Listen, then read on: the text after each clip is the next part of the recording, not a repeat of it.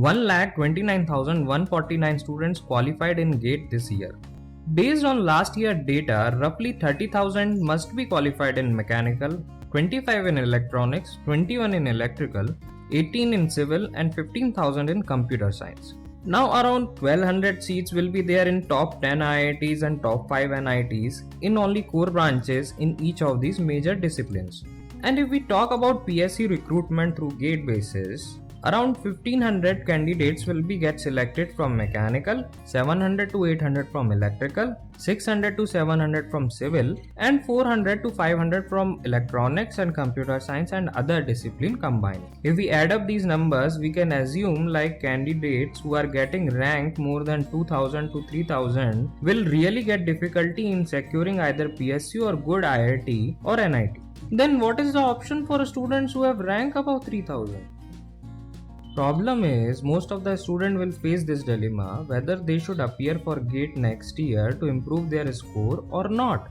Now if you don't have financial issues, then you can try for GATE next year also. But problem with most of the students is that they can't ask money from their parents for another year and they want to become independent as early as possible. But you still feel that you can do better. What you need is just one more chance. Now let's see in this video. We will try to see some possible options you can have if you have relatively low score in GATE. Now first option you can try is search for new IITs or any IITs and try to get admission in MTech there. But you should also remember getting placements in these institutes based on MTech will be really thin. Now for getting job after this will require extra effort from your side. But according to MHRD rule, whoever takes admission based on GATE qualified score is eligible for monthly stipend of 12,400 rupees. Now this amount will help you at least to survive on your own. In addition to that, you will have additional degree. And very similar option is getting admission in MS, Master of Science, instead of MTech in IITs.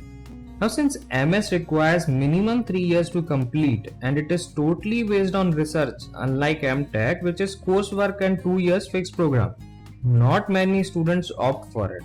And also MS admission will happen twice in a year. So the competition in MS will be very less.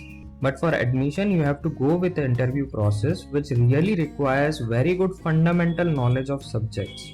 And here also you will get stipend of 12,400 rupees per month. Similar option is direct PhD or integrated MTech plus PhD in IITs. It is also less competitive but requires again very good fundamental knowledge of subjects. And you will get stipend for 12,400 for 1 year and 25,000 from next year.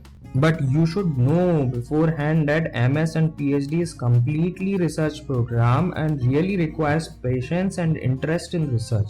Otherwise you will face lot of difficulty. Again, I am emphasizing job options after these degrees are very thin and you should pursue these options if you are really interested in research. But again, you will have at least something in your hand.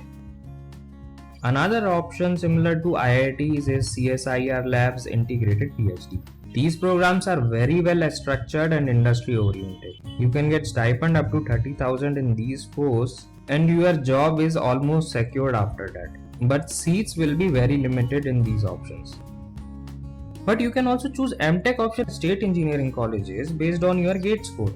But most of these universities give stipend either after 1 semester or 1 year with the condition that your CGPA must be above 6. Now similar to that, you can apply for Junior Research Fellow in IITs, NITs, CSIR, etc. Notification will come based on requirement of these institutes. But this is actually a good exposure as job in research field. Only thing is it can be contractual for 1 or 2 years only and you won't get any degree. But you can get stipend from 10 to 25,000 based on project you are working. Now why these options are important for you? In all these options, while in the institutes, if you manage your time properly, you can appear for GATE next year. It will give you something to start. So if your ultimate aim is GATE, you can choose any of the options and prepare GATE again. But just try to maintain your CGPA above 6, otherwise you won't receive stipend. But believe me, maintaining CGPA 6 is very easy if you just follow the curriculum properly. Apart from these, many private companies like Tata Power are also recruiting based on GATE score. And finally, if you have little financial backup and relatively good rank like below 5000, then you can think of MS abroad. For example, Singapore's two major universities, NUS and NTU, take admission based on GATE score. Similarly, many universities in Germany like Technical University of Munich and RWTH Aachen also take admissions based on GATE score. So alright guys, hope this information is helpful for you. Please share it with others who might be needing this information. Comment if you have any other doubts related to these options. You will find some of the important links in description. Our engineering videos usually comes on every Monday. You can subscribe our channel by clicking here and click on this bell option and check option for notification. This way you can get updated instantly once we have uploaded our video. You can also watch our previous videos here. And finally, thanks for watching.